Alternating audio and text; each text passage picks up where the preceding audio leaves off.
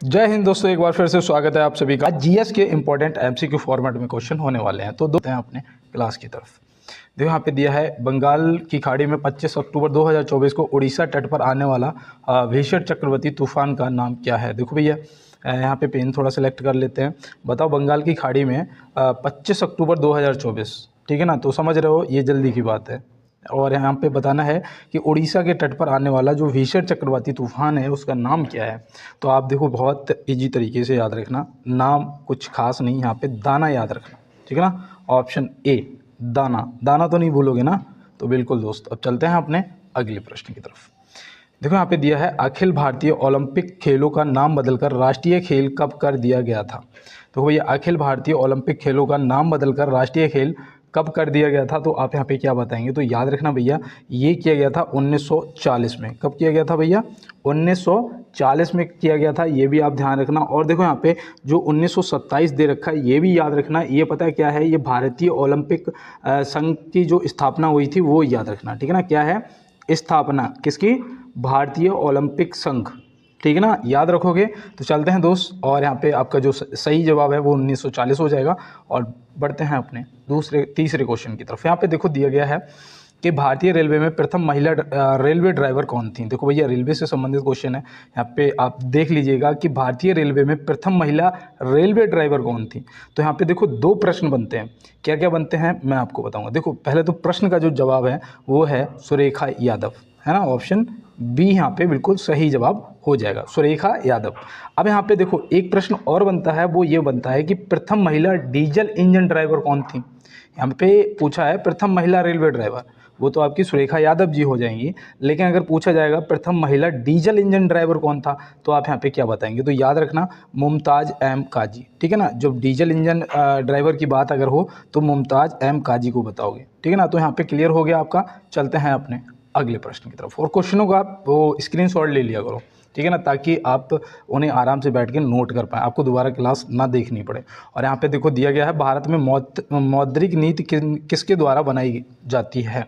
तो भैया, मौद्रिक नीति जो है वो भारत में किसके द्वारा बनाई जाती है। तो यहाँ पे आपका बहुत ही इजी आंसर है, भारतीय रिजर्व बैंक, आरबीआई आपका सही जवाब हो जाएगा। तो मतलब ऑप्शन सी यहाँ पे क्या हो गया, आपका बिल्कुल सही जवाब हो गया। तो चलते हैं, स्क्रीनशॉट ले लो। और ये प्रश्न देखो आ सकता है। और यहाँ पे देखो पांचवा क्वेश्चन है, प्रथम पंचवर्षीय योजना का विकास दर लक्ष्य क्या था। देखो, मैंने आपको हमेशा से कहा है, आप पहले तो 2011 की जनगणना और अपनी पंचवर्षीय योजनाएं पढ़ के जरूर जाना भाई, ठीक है ना। और क्योंकि यहाँ से प्रश्न पूछे जाएंगे। और प्रथम पंचवर्षीय योजना का विकास दर लक्ष्य क्या रखा गया था, यहाँ पे आपको ये बताना है। तो याद रखना 2.1%, मतलब कि ऑप्शन ए 2.1% यहाँ पे हो जाएगा आपका सही जवाब। अगर यहाँ पे पूछा जाए कि विकास दर जो थी वो प्राप्ति क्या हुई थी, वास्तविक प्राप्ति क्या हुई थी, तो लक्ष्य हमारा 2.1 का था। लेकिन यहाँ पे जो दर प्राप्ति हुई थी वो हुई थी आपकी 3.6%, ठीक है ना, ये आपको प्राप्त हुई थी। तो ये भी आप याद रखेंगे। तो लक्ष्य बहुत अच्छा चला। अब जो प्रथम पंचवर्षीय योजना थी वो किस पर किस मतलब उसे कहते हैं, मतलब उसमें क्या क्षेत्र लिया गया था। तो याद रखना भैया, कृषि का क्षेत्र है ना, कृषि पर आधारित थी। देखो, मैं कहने वाला था लेकिन मुझे याद नहीं आ रहा था। और देखो जो योजना थी वो कब से कब तक थी, तो वो भी याद रखना 1951 में स्टार्ट हुई थी। तो भैया यही है प्रथम पंचवर्षीय।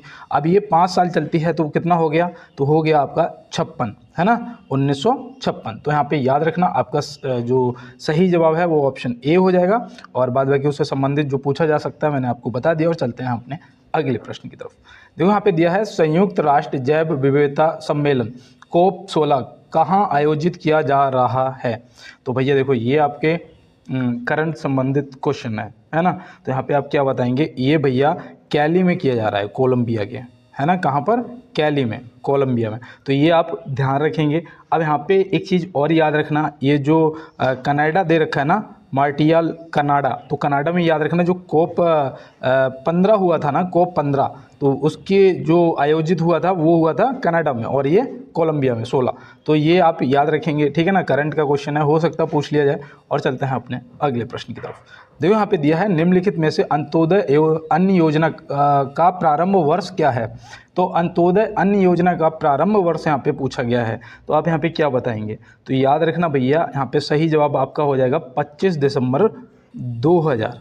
क्या हो जाएगा 25 दिसंबर 2000। तो ये आप ज़रूर ध्यान रखना। और यहाँ पे एक चीज़ और याद रखना, एक वो योजना आई थी प्रधानमंत्री ग्रामोदय योजना, है ना। प्रधानमंत्री ग्रामोदय योजना आई थी, वो याद रखना। वो 2001 में, ठीक है ना, 2000 से स्टार्ट हुई, 2001 में मतलब अपना सही तरीके से चली थी, स्टार्ट हो गई थी। तो याद रखना यहाँ पे जो ग्रामोदय योजना है वो आपकी 2001 में आई थी। तो ऐसे आप याद रखेंगे। और चलते हैं दोस्तों अपने अगले प्रश्न की तरफ। देखो यहाँ पे दिया है किस पंचवर्षीय योजना के दौरान राउरकेला इस्पात कारखाना स्थापित किया गया था। तो देखो ये यहाँ पे पंचवर्षीय से संबंधित मैंने कुछ क्वेश्चन आज लग रहा है यहाँ पे लिए हैं। तो यहाँ पे याद रखना भैया, ये हुई थी द्वितीय पंचवर्षीय योजना में। किस में हुई थी? द्वितीय। देखो जो प्रथम थी वो आपकी कृषि से संबंधित थी, है ना। जो द्वितीय है ये औद्योगिकरण से संबंधित थी, ठीक है। किससे? औद्योगिकरण से संबंधित थी। अब इसी में आपकी पंचवर्षीय योजना के दौरान ही, द्वितीय पंचवर्षीय योजना के दौरान राउरकेला इस्पात संयंत्र इसकी कारखाने की स्थापना की गई थी, ठीक है ना। तो ये आप याद रखेंगे। और देखो एक और था, उसका नाम था भिलाई, है ना, भिलाई। और 3 की हुई थी, और एक था दुर्गपुर। देखो याद आ गया मुझे सही टाइम पे। तो यहाँ याद रखना, एक भिलाई, ये भिलाई, और एक दुर्गपुर, और एक राउरकेला, 3 स्थापित हुए थे द्वितीय पंचवर्षीय योजना में, ठीक है ना। और ये जो हमारा ये राउरकेला था, ये कौन से देश के सहयोग से हुआ था? तो ये आप बताइएगा, हो सकता है कि पूछ लिया जाए। तो याद रखना जर्मनी की सहायता से। किसके सहायता से? जर्मनी की सहायता से स्थापित हुआ था। और तृतीय पंचवर्षीय योजना में देखो एक वो हुआ था आपका बोकारो, है ना। कौन सा हुआ था? वोकारो, जो कि मुझे अभी याद है, ठीक है ना, वोकारो है। और ये रूस के सहयोग से स्थापित हुआ था। किसके? रूस के सहयोग से स्थापित हुआ था। तो यहाँ पे ये देखो आप याद रखना, स्क्रीनशॉट ले लो। और चलते हैं अपने अगले प्रश्न की तरफ। देखो यहाँ पे दिया है भारतीय पूंजी बाजार को मुख्य रूप से कितने भागों में बांटा गया है। भारतीय पूंजी बाजार को मुख्य रूप से कितने भागों में बांटा गया है। तो आप यहाँ पे क्या बताएंगे। देखो वैसे मैं आपको यहाँ पे बताऊँ, आपका जो सही जवाब है वो तो हो जाएगा 2 प्रकार। अब वो 2 प्रकार कौन कौन से हैं? देखो एक तो आपका यहाँ पे जो हो जाएगा प्राथमिक, और प्राथमिक मैं लिख देता हूँ। और दूसरा आपका जो है वो हो जाएगा द्वितीयक, ठीक है ना। कौन सा? द्वितीयक। तो 2 भागों में बांटा है। एक को आप वैसे बोल सकते हो गिफ्ट एंड बाजार, और दूसरा आपका औद्योगिकरण प्रतिपूर्ति बाजार, है ना। तो ऐसे आप बता सकते हैं। और यहाँ पे आपके 2 भागों में बांटा गया है। तो ये भी आप ध्यान रखेंगे, प्राथमिक और द्वितीय। तो यहाँ पे देखो दिया गया है कि राष्ट्रीय मैराथन दौड़ पहली बार आयोजित कब हुई थी। तो राष्ट्रीय मैराथन दौड़ जो है वो पहली बार आयोजित कब हुई थी। तो आप यहाँ पे क्या बताएंगे। तो यहाँ पे जो आपका सही जवाब है वो क्या हो जाएगा। तो याद रखना दोस्त, 1918 यहाँ पे जो है वो आपका ऑप्शन ए सही जवाब हो जाएगा, ठीक है ना। तो ये आप याद रखेंगे। और दूसरा देखो ये कहाँ पर हुई थी, वो भी याद रखना, पुणे में हुई थी। कहाँ पर? पुणे में हुई थी। तो ये भी आपको ध्यान में रखना है, ठीक है ना। 1937 में क्या हुआ था बताओ। 1937 में भारत में table tennis federation of India की स्थापना हुई थी। क्या?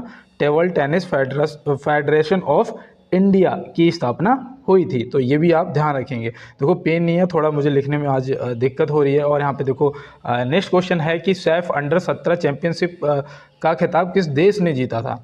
तो सैफ अंडर 17 चैंपियनशिप का खिताब जो है वो किस देश ने जीता था। तो यहाँ पे आप क्या बताएंगे। तो यहाँ पे याद रखना वो था हमारा अपना प्यारा भारत, ऑप्शन ए, है ना।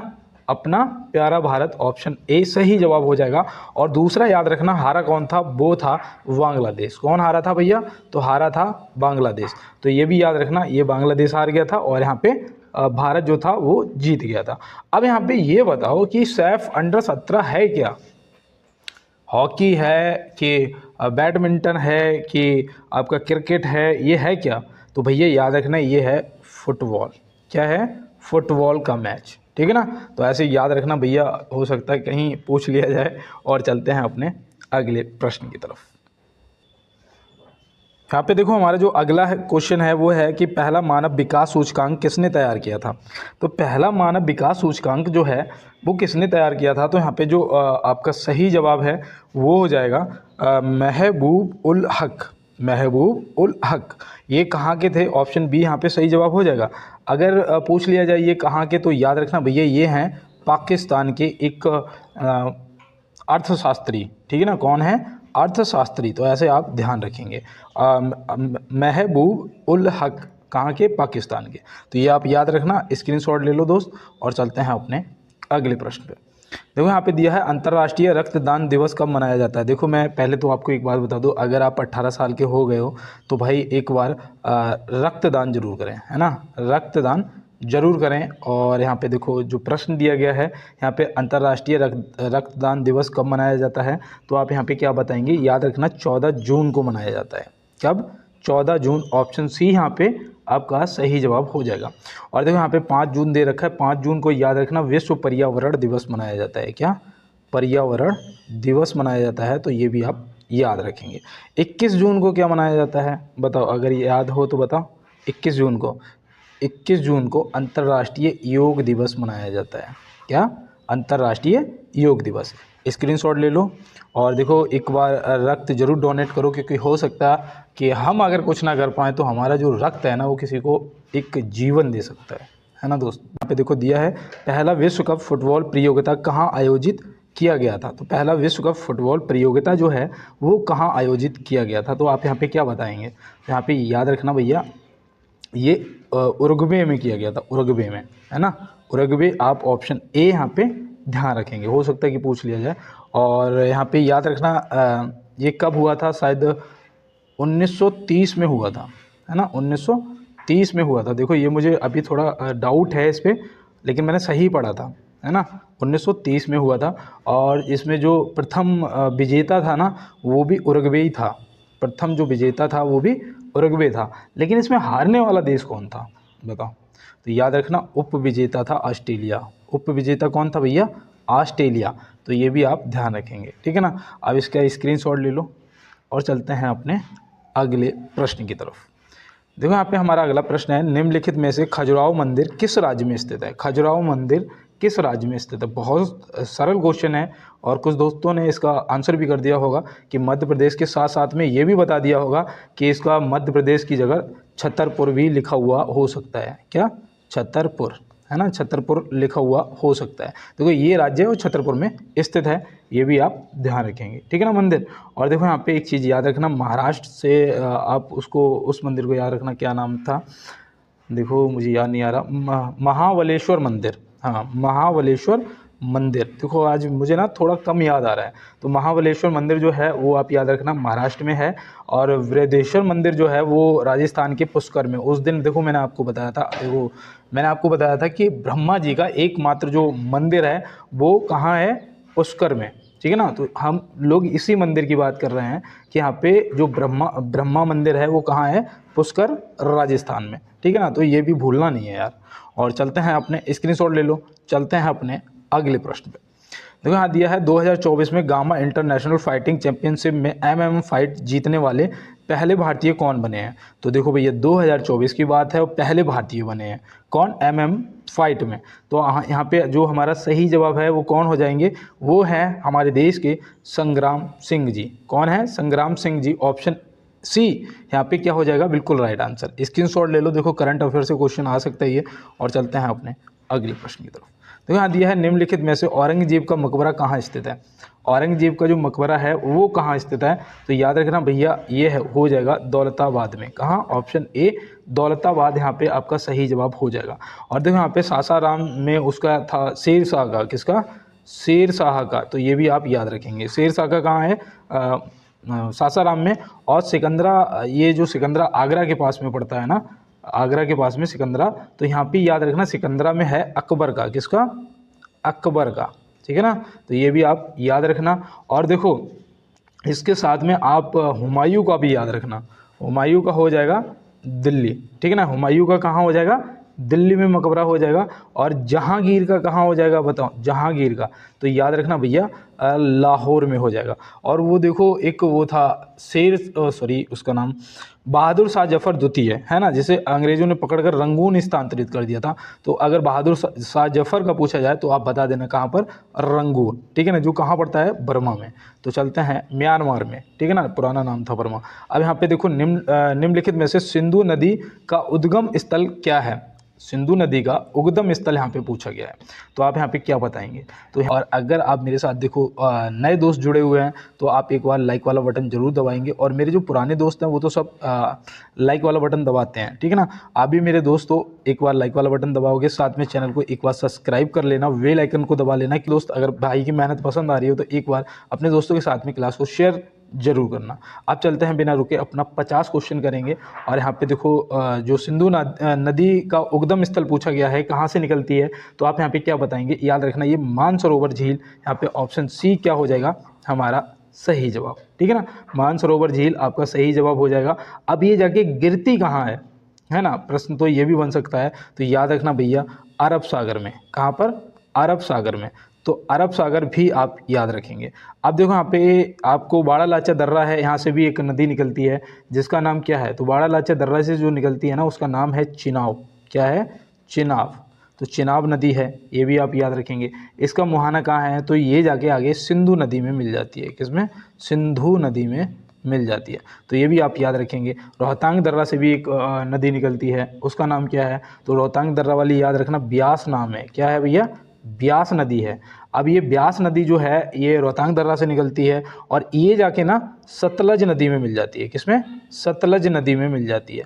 तो ये भी आप ध्यान रखेंगे, ठीक है ना। अब चलते हैं दोस्त अपने अगले प्रश्न की तरफ। और आज मेरी राइटिंग पे मत जाना बिल्कुल, क्योंकि आज मेरे पास पेन नहीं है, ठीक है ना। यहाँ पे देखो जो था वो टूट गया यार, उसका रबड़ बेकार हो गया, अब वो काम नहीं कर रहा। और यहाँ पे देखो अगला प्रश्न है, निम्न में से उर्वरक उत्पादन से संबंधित क्रांति क्या है। निम्न में से उर्वरक उत्पादन से संबंधित क्रांति क्या है। तो आप यहाँ पे क्या बताएंगे भैया। देखो ग्रे क्रांति लिखी होगी या फिर यहाँ पे आपकी भूरी क्रांति दे रखा है ना। और मुझे पता आपने भी इसी को टिक किया होगा, है ना, बिल्कुल बिल्कुल आपने इसी को किया होगा। और जो गुलाबी क्रांति है ये आप याद रखना, ये है झींगा उत्पादन से। किससे, झींगा उत्पादन से है, तो ये भी आप याद रखना। सुनहरी क्रांति जो है ये किससे है, तो याद रखना भैया ये फल उत्पादन से है ना, फल उत्पादन से। तो ये भी आपको ध्यान में रखना है। और देखो एक अंडा से संबंधित पूछा जाता है, अंडा से संबंधित, तो वो थी रजत क्रांति। क्या थी, रजत क्रांति। तो ये भी आप ध्यान रखना। और देखो एक दूध से संबंधित है ना, दुग्ध से संबंधित है, तो वो आपकी कौन सी थी, वो थी आपकी श्वेत क्रांति, है ना, श्वेत क्रांति। अब देखो एक दुग्ध से संबंधित वो भी चला था क्या, ऑपरेशन फ्लड, है ना, ऑपरेशन फ्लड भी चला था। ये दूध की उत्पादन को बढ़ाने के लिए चला था, ठीक है ना। तो ये भी याद रखना। चलो बहुत ज़्यादा इस क्वेश्चन पे हम लोगों ने समय दे दिया। और यहाँ पे देखो अगला प्रश्न है कि 1857 की क्रांति का नेतृत्व फतेहपुर से किसने किया था। 1857 की जो क्रांति है वो भैया मेरठ से स्टार्ट हुई थी, है ना। कहाँ से, मेरठ से स्टार्ट हुई थी, ये सभी को पता है। तत्कालीन कारण क्या था कि चर्बी युक्त कारतूसों का प्रयोग करना, है ना, जो कि भारतीय सैनिकों ने करने से मना कर दिया था। भाई मुँह से खोलने पड़ते थे, तो उन्होंने कहा हम भैया नहीं खोलेंगे, क्योंकि उसमें गाय और उसकी सूअर की चर्बी मिली होती थी, इस वजह से, ठीक है ना। और यहाँ पे देखो हमारा जो प्रश्न है इसका जवाब जो है वो हो जाएगा अजीमुल्ला खान। ऑप्शन ए यहाँ पे आपका सही जवाब हो जाएगा। और देखो यहाँ पे खान बहादुर खान जो है इन्होंने कहाँ से करी थी, तो इन्होंने बरेली से करी थी, है ना। नेतृत्व कहाँ से किया था, बरेली से। नाना साहब तथा तत्या टोपे जी ने कानपुर से किया था। कहाँ से किया था, कानपुर से किया था। तो ये भी याद रखना। झांसी से झांसी वाली रानी ने करा था, है ना। तो ये भी, जिनका नाम मणिकर्णिका भी था, है ना। झांसी वाली रानी का नाम क्या था, मनुबाई और मणिकर्णिका, ये भी पूछ लिया जाता है। तो ये भी आप याद रखना। और देखो लखनऊ से बेगम हजरत महल ने किया था। और वहाँ से इलाहाबाद से मतलब जो प्रयागराज है वहाँ से लियाकत अली ने किया था, है ना। दिल्ली से मैंने बताया था बहादुर शाह जफर द्वितीय, जिसको पकड़ के रंगून स्थानांतरित कर दिया था। तो ये सब आप ध्यान रखेंगे और मेरे साथ जुड़े रहिएगा। मैं आपको पूरा ऐसे ही आराम सारे क्वेश्चन करवाता चलूँगा। और यहाँ पे देखो दिया है, निम्नलिखित में से किसे वर्गीकी का पितामह कहा जाता है। तो आप यहाँ पे क्या बताएंगे। तो वर्गीकी का पितामह किसे कहते हैं, तो यहाँ पे सही जवाब हमारा जो है वो हो जाएगा कार्ल लीनियस, है ना, कार्ल लीनियस। तो आप ऑप्शन ए यहाँ पे सही टिक करेंगे। और चलते हैं अपने अगले प्रश्न की तरफ। मुझे बहुत तेज जुकाम है और फिर भी देखो दोस्त, पढ़ाई तो करनी पड़ेगी, मेहनत तो करनी पड़ेगी, नहीं तो फिर कैसे जीने का फ़ायदा ही क्या है ना। अगर पढ़ाई नहीं कर रहे तो फिर क्या फ़ायदा है। और यहाँ पे देखो दिया गया है, निम्न में से निर्वात में प्रकाश का वेग कितना होता है। निम्न में से निर्वात में प्रकाश का जो वेग है वो कितना होता है। तो आप यहाँ पे क्या बताएंगे। अगर सोचो ये क्वेश्चन आ गया होता तो आप क्या टिक लगाते।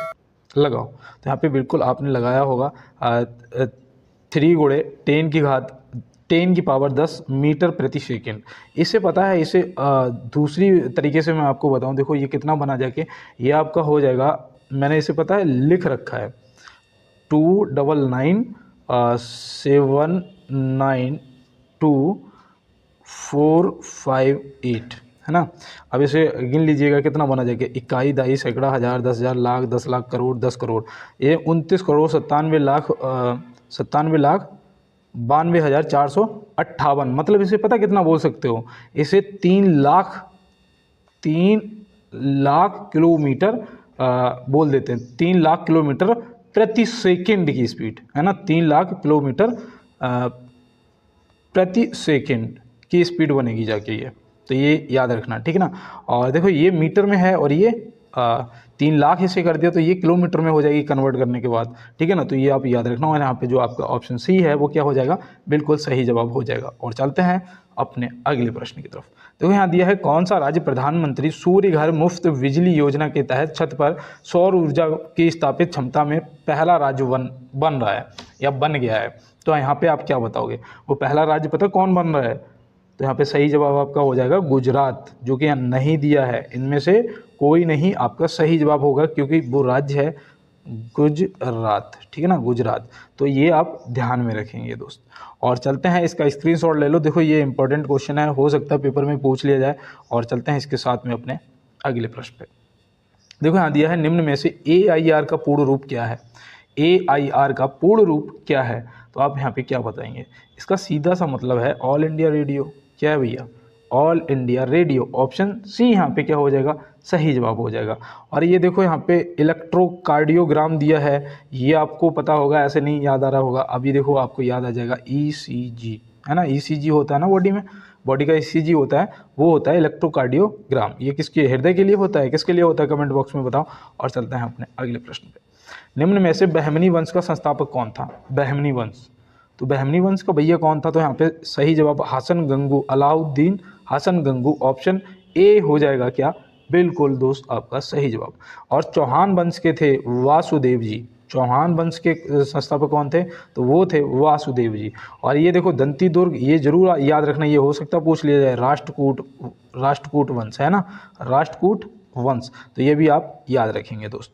और मैं उम्मीद करता हूँ ये भी, यहाँ पे भी आपको सारे प्रश्न समझ आए होंगे। स्क्रीनशॉट लेंगे आप और बढ़ेंगे अपने अगले प्रश्न की तरफ। देखो यहाँ पे दिया है, परम शून्य ताप का मान कितना होता है। परम शून्य ताप का मान कितना होता है, मतलब यहाँ पे पूछने का पता क्या है, यहाँ पे पूछने का ये है कि मान लो 0 डिग्री सेल्सियस है ना, मतलब 0 केल्विन जो है, इसका मान पूछा है, ऐसे समझिए, ठीक है ना। केल्विन में 0 हो जाएगा। फ़ारेनहाइट में अगर बात करेंगे तो हो जाएगा -460 डिग्री फ़ारेनहाइट, है ना। अब यहाँ पे क्या बताना है, यहाँ पे आपको सेल्सियस में बताना है, ऐसे समझिए। तो परम शून्य ताप का मान कितना होता है, तो आप यहाँ पे क्या बता देंगे, -273.15 डिग्री सेल्सियस। ऑप्शन सी सही जवाब हो जाएगा। देख लो ये तीनों ना बराबर हैं, ये तीनों जो मान है, केल्विन में ये रहा, और यहाँ पे फ़ारेनहाइट में आपका ये रहा, ठीक है ना, सेल्सियस में ये रहा, केल्विन में ये रहा।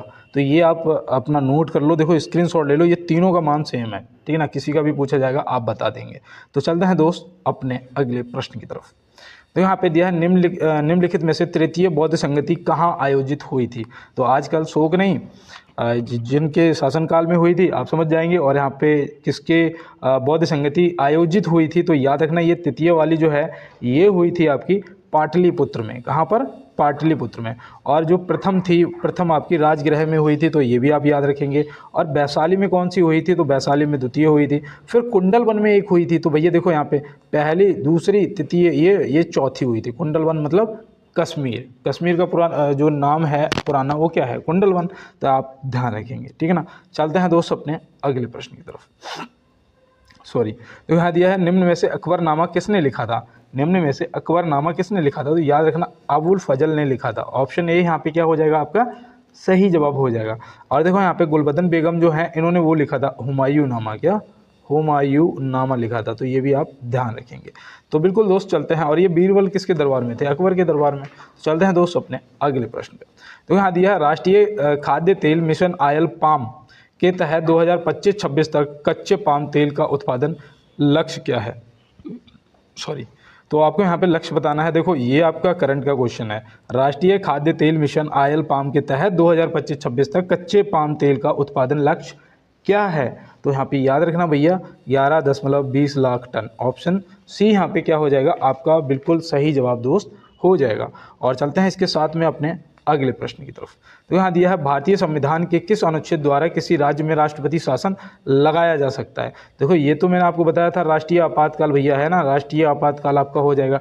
और यहाँ पे देखो ये आपका वित्तीय आपातकाल हो जाएगा, है ना, वित्तीय आपातकाल जो कि आज तक नहीं लगा, एक बार भी नहीं लगा, है ना। और ये आपका राष्ट्रीय आपातकाल 3 बार लगा है। और अनुच्छेद 356 जो यहाँ पे दे रखा है वो क्या है, वो आपका यहाँ पे बिल्कुल सही जवाब हो जाएगा, है ना, ये राष्ट्रपति शासन लागू करने के लिए। तो यहाँ पे ये आप ध्यान रखेंगे। और चलते हैं इसके साथ में, देखो स्क्रीनशॉट ले लो। चलते हैं दोस्त अपने अगले प्रश्न की तरफ। यहाँ पे दिया है राष्ट्रीय मधुमक्खी अनुसंधान संस्थान कहाँ स्थित है। एक आज मुझे एक बच्चे ने वो किया था व्हाट्सएप पे मैसेज किया था कि भैया चारा अनुसंधान कहाँ है। क्या किया था, चारा अनुसंधान कहाँ है, और मैंने बताया भी था कि चारा अनुसंधान जो है वो कहाँ है। और आप भी कमेंट बॉक्स में बताइए अगर आपको पता है चारा अनुसंधान जो है वो कहाँ है, वो कमेंट बॉक्स में बताइए। और प्रश्न का जवाब यहाँ पे आपका पूरे हो जाएगा, जो कि ये तो आपने ऑप्शन सी जो है राष्ट्रीय मधुमक्खी अनुसंधान संस्थान लगा दिया होगा, है ना, तो यहाँ पे आपका सही जवाब हो जाएगा। और देखो एक आपसे वो भी पूछा जा सकता है पक्षी अभ्यारण्य, है ना, पक्षी अनुसंधान अभ्यारण्य, अभ्यारण्य तो बहुत सारे हैं, पक्षी अनुसंधान संस्थान तो याद रखना वो है आपका इज्जत नगर बरेली में, ठीक है ना, वो आप याद रखना। देखो राष्ट्रीय अश्व अनुसंधान कहाँ है, तो अश्व मतलब घोड़ा, है ना, अश्व, तो अश्व जो अनुसंधान है वो आपका हिसार में है, जो कि HR हरियाणा में पड़ता है ना, हिसार में। तो ये भी आप याद रखेंगे। तो और देखो आपका जो वो है वन अनुसंधान मैंने बताया था कहाँ है, देहरादून में, है ना। और एक आपको वो भी बताया था वनस्पति का अनुसंधान कहाँ है, तो वो भी आपका वहाँ था लखनऊ में, है ना। एक आपका आलू अनुसंधान बताया था कहाँ है, शिमला में, है ना। तो ये सब आप याद रखना। देखो मुझे याद हो जाते हैं, तो अगर आप दोस्त लिखोगे ना तो आपको याद हो जाएंगे, मैं आपको ये बता रहा हूँ सच्चाई। और देखो यहाँ पे दिया है निम्न में से रिलायंस कम्युनिकेशन के अध्यक्ष कौन हैं। तो भैया देखो सोच समझ के जवाब करना है। यहाँ पे मुकेश अंबानी, अनिल अंबानी और जितेंद्र कुशवाहा, 3 ऑप्शन हैं आपके पास। और यहाँ पे आपको बताना है रिलायंस कम्युनिकेशन के अध्यक्ष कौन हैं, तो आप यहाँ पे क्या बताएंगे। तो यहाँ पे बिल्कुल आपका अनिल अंबानी जिनने भी टिक किया है उनका जवाब जो है ऑप्शन बी सही हो जाएगा। अब कुछ लोग कहेंगे भैया मुकेश अंबानी है, तो मुकेश अंबानी जी जो हैं वो रिलायंस इंडस्ट्रीज के हैं, ठीक है ना, और कम्युनिकेशन के जो हैं वो अनिल अंबानी जी हैं। तो आप यहाँ पे दोनों लोग ध्यान रखेंगे, ठीक है ना। और चलते हैं दोस्तों अपने अगले प्रश्न की तरफ। तो यहाँ पे दिया है राष्ट्रीय आय का आकलन निम्न में से कौन करता है। राष्ट्रीय आय का आकलन जो है वो कौन करता है, तो यहाँ पे आप क्या बताएंगे। देखो यहाँ पे थोड़ा सोच समझ के जवाब करिएगा, ठीक है ना, गलत नहीं होना चाहिए। तो यहाँ पे बिल्कुल आपने ऑप्शन सी लगाया केंद्रीय सांख्यिकी संगठन, ऑप्शन सी आपका सही जवाब हो जाएगा। और यहाँ पे देखो दिया गया है मौलिक अधिकारों का निलंबन कौन कर सकते हैं। मौलिक अधिकारों का निलंबन कौन कर सकते हैं, लेकिन उसके बाद भी मैं यहाँ पे बताऊँ आपको, प्रश्न का जवाब तो आप तुरंत बता देंगे राष्ट्रपति जी कर सकते हैं, है ना, लेकिन उसके बाद भी आपका आर्टिकल 20 और आर्टिकल 21 कोई नहीं कर सकता है। प्राण एवं दैहिक स्वतंत्रता आपकी आ जाती है ना, पर्सनल स्वतंत्रताएं जो हैं आपकी वो आपकी 20 और 21 में आती हैं। तो इनका जो निलंबन है कोई नहीं कर सकता है, और बाद बाकी जो आपके मूल अधिकार हैं, मौलिक अधिकार हैं, उनका निलंबन राष्ट्रपति जी कर सकते हैं, ठीक है ना, इमरजेंसी के दौरान। और ये भाग कौन से भाग में आते हैं, तो भाग 3 में होते हैं, है ना, कौन से भाग में होते हैं, भाग 3 में होते हैं। तो बिल्कुल दोस्त चलते हैं अपने अगले प्रश्न पे। हाल ही में लुआंग कुआंग किस देश के नए राष्ट्रपति चुने गए हैं। नाम भी बहुत अजीब है राष्ट्रपति जी का।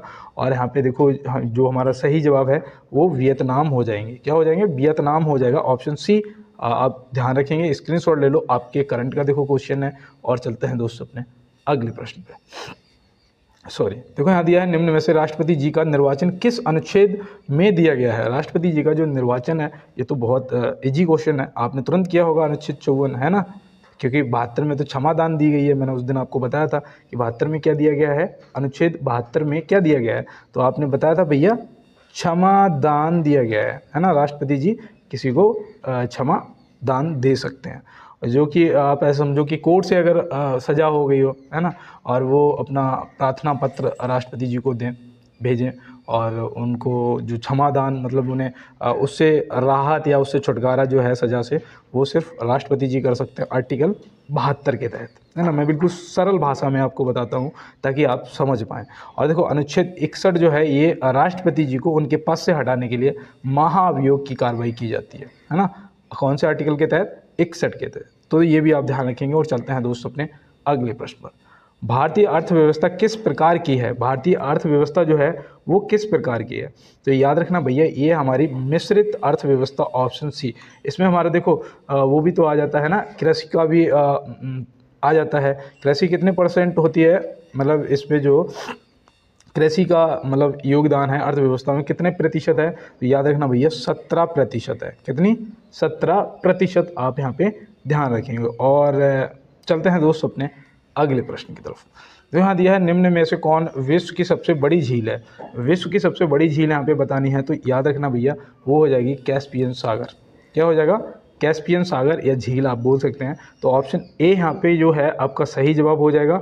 और यहाँ पे आपको मैं बता दूँ, देखो जो सुपीरियर झील है ना, मुझे यही याद आ रहा था कि ये भी आपको बता दूँ, क्योंकि कुछ दोस्त होंगे जिन्हें नहीं पता भी होगा। सबसे बड़ी ये मीठे पानी की झील है, ये मीठे पानी की झील है सबसे बड़ी, ठीक है ना, विश्व में, याद रखना। और हमारे यहाँ तो बुलर है ना, बुलर है, कहाँ पर है? जम्मू कश्मीर, JK है ना, जम्मू कश्मीर में। और नील जो है ये दुनिया की सबसे लंबी नदी है, कितनी? 6650 किलोमीटर, है ना। तो ये बिल्कुल याद हो चुका है, तो ये भी आप ध्यान रखना दोस्त। और चलते हैं इसके साथ में अपने अगले प्रश्न की तरफ। देखो यहाँ पे एक आपके लिए आज कि विश्व के शीत मरुस्थलों को किस नाम से जाना जाता है? अगर आप मुझे इसका जवाब दे रहे हो तो मेरी तरफ से एक मानसिक रूप से आपको समोसा दिया जाएगा, ठीक है ना। चलते हैं दोस्त अपने अगले प्रश्न की तरफ। देखो यहाँ पे दिया है भारत संचार निगम लिमिटेड के नए लोगो को किसने लॉन्च किया है? भारतीय संचार निगम लिमिटेड के नए लोगो को किसने लॉन्च किया है? तो भैया जो नया लोगो लॉन्च किया है वो किया है ज्योति आदित्य सिंधिया जी ने। ऑप्शन सी यहाँ पे हमारा बिल्कुल सही जवाब हो जाएगा, ठीक है ना। ऑप्शन सी हमारा बिल्कुल सही जवाब हो जाएगा। स्क्रीनशॉट ले लो, देखो ये आपके करंट से संबंधित क्वेश्चन है।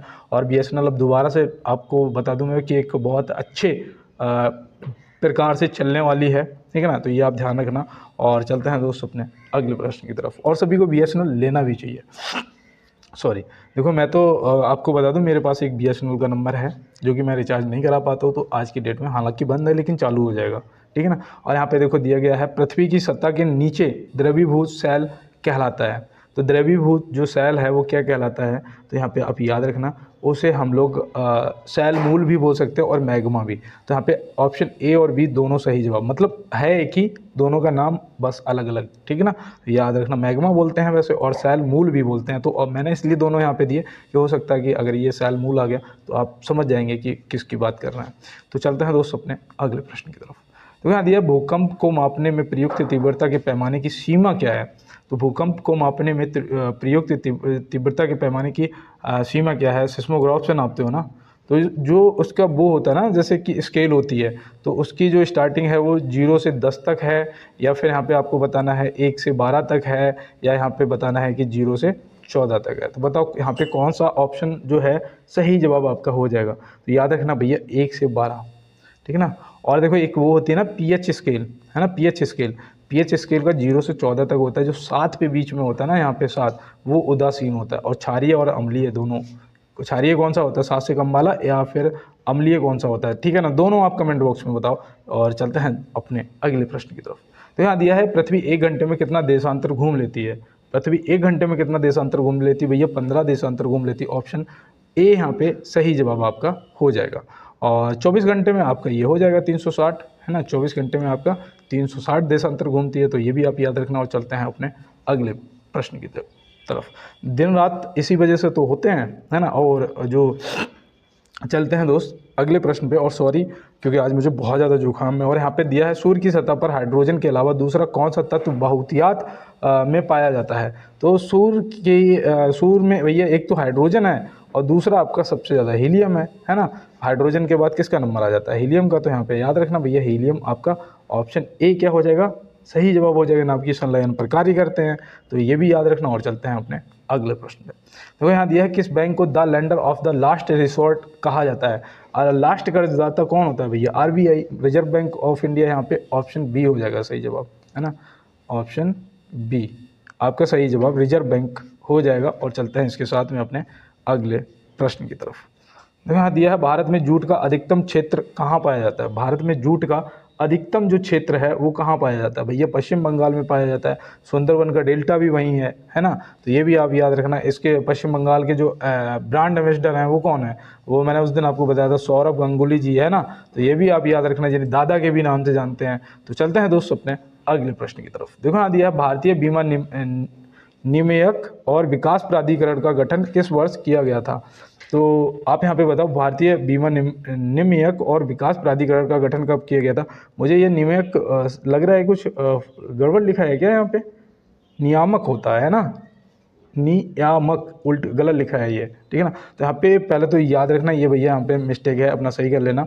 और स्थापना जो पूछी गई है वो आप याद रखना कब हुई थी, 1999 में। कब हुई थी दोस्त, 1999। ऑप्शन सी यहाँ पे क्या हो जाएगा आपका सही जवाब हो जाएगा। यहाँ पे माँ आगे हो गया या पीछे हो गया, और यहाँ पे एक डंडा होना चाहिए था।